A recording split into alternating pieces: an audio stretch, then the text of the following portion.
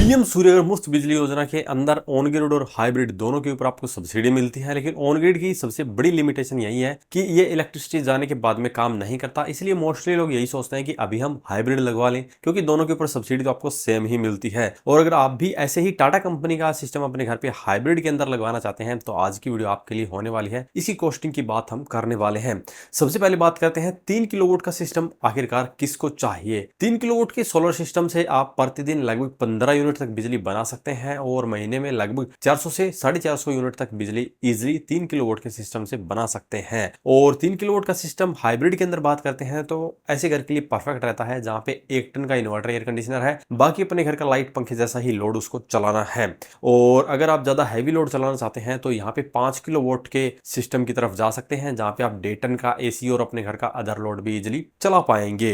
और बात करें टाटा कंपनी की तो यहाँ पे आपको पता ही है, टाटा कंपनी एक कंप्लीट कॉम्बो देती है जिसके अंदर सोलर पैनल टाटा कंपनी मिलते हैं। अदर जो प्रोडक्ट है जैसे कि आपका हाइब्रिड इन्वर्टर हो गया या लिथियम बैटरी हो गई, वो अदर ब्रांड की होती है। लेकिन यहाँ पे क्वालिटी के मामले में टाटा कंपनी की इन्वर्टर बैटरी की जो क्वालिटी यहाँ पे प्रोवाइड की जाती है वो बहुत ही हाई की जाती है, क्योंकि जितने भी ब्रांड की यहाँ पे हाइब्रिड इन्वर्टर या लिथियम बैटरी यूज की जाती है उनकी क्वालिटी ऑलरेडी हाई होती है। जैसे कि अपने ये सिस्टम के अंदर यहाँ पे गुडवी, सोलक्स जैसी ब्रांड के इन्वर्टर का यूज करते हैं, तो यहाँ पे क्वालिटी के मामले में टाटा कंपनी का नाम ही अभी तक सबसे ऊपर है। और लोगों का ट्रस्ट भी इसीलिए टाटा कंपनी पे ज्यादा है क्योंकि ये अपने सिस्टम के अंदर सबसे ज्यादा क्वालिटी ही प्रोवाइड करते हैं।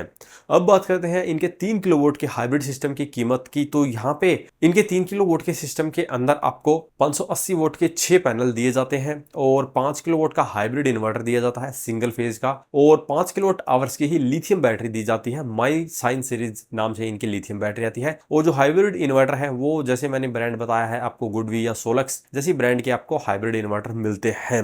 अभी जो ये 3 कंपोनेंट है इन्हीं का खर्चा काफी ज्यादा रहता है। जैसे कि जो डीसीआर पैनल है उनकी कीमत की बात करते हैं तो लगभग 1 लाख रुपए करीब आपको डीसीआर पैनल मिलेंगे, और इन्वर्टर भी आपको 1 लाख रुपए करीब मिलता है या 95,000 रुपए करीब आपका इन्वर्टर मिलता है। और लिथियम बैटरी भी आपको लगभग 1,05,000 रुपए के अराउंड मिलती है। तो मोटा मोटी 3 लाख रुपए के तो ये मेन कंपोनेंट ही हो जाते हैं। इसके अलावा इस सिस्टम के अंदर स्ट्रक्चर हो गया, वायरिंग हो गई, सेफ्टी डिवाइस लगती है, एसीडीबी, डीसीडीबी, एलए अर्थिंग और इंस्टॉलेशन चार्ज वगैरह, तो ये सभी चार्जेस मिला के आपका जो खर्चा है वो लगभग 3,80,000 रुपए के अराउंड आने वाला है। हालांकि ये भी कॉस्ट डिपेंड करता है साइट के ऊपर। अगर आपका स्ट्रक्चर हाई राइज आपको लगाना है तो ये खर्चा बढ़ सकता है, ये फिर खर्चा 3,90,000 तक भी जा सकता है। और ये डिपेंड करता है आपके इंस्टॉलर के ऊपर, वही आपको असल में फिक्स प्राइस आपकी लोकेशन के हिसाब से बता सकता है। लेकिन मोटा मोटी प्राइस मान के चलेंगे तो यहाँ पे जो आपका खर्चा है वो 3,80,000 से 90,000 रुपए करीब आने वाला है।